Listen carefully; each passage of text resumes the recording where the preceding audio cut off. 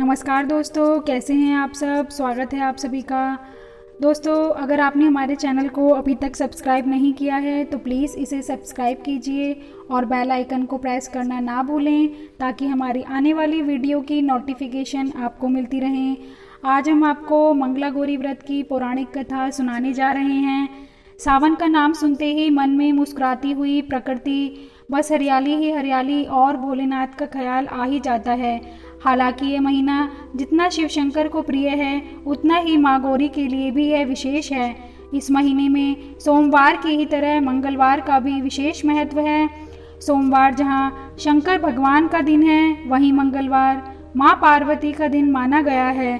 सावन में पड़ने वाले प्रत्येक मंगलवार को मंगला गौरी व्रत किया जाता है। मान्यता है कि इस दिन माता गौरी की पूजा करने से अखंड सौभाग्य और दाम्पत्य जीवन में अथाह प्रेम की प्राप्ति होती है। चलिए कथा शुरू करते हैं। बहुत पुरानी बात थी। एक समय में कुरु नामक देश में श्रुति कीर्ति बहुत प्रसिद्ध, सर्वगुण संपन्न, अति विद्वान राजा हुआ करता था, जो कि अनेक कलाओं में तथा विशेष रूप से धनुष विद्या में निपुण था। संपूर्ण सुखों के बाद भी राजा बहुत दुखी और परेशान था, क्योंकि उसके कोई पुत्र नहीं था। वह संतान सुख से वर्जित था, जिसके चलते राजा ने कई जप तप, ध्यान और अनुष्ठान कर देवी की भक्ति भाव से तपस्या करी। देवी प्रसन्न हुई और कहा, हे राजन, मांगो, क्या मांगना चाहते हो।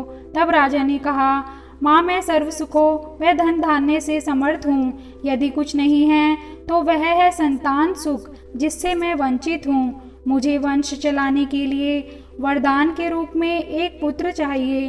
देवी माँ ने कहा, राजन, यह बहुत ही दुर्लभ वरदान है, पर तुम्हारे तप से प्रसन्न होकर मैं यह वरदान तो देती हूँ, परंतु तुम्हारा पुत्र 16 वर्ष तक ही जीवित रहेगा।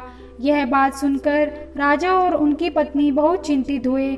सभी बातों को जानते हुए भी राजा रानी ने यह वरदान मांगा। देवी माँ के आशीर्वाद से रानी ने एक पुत्र को जन्म दिया।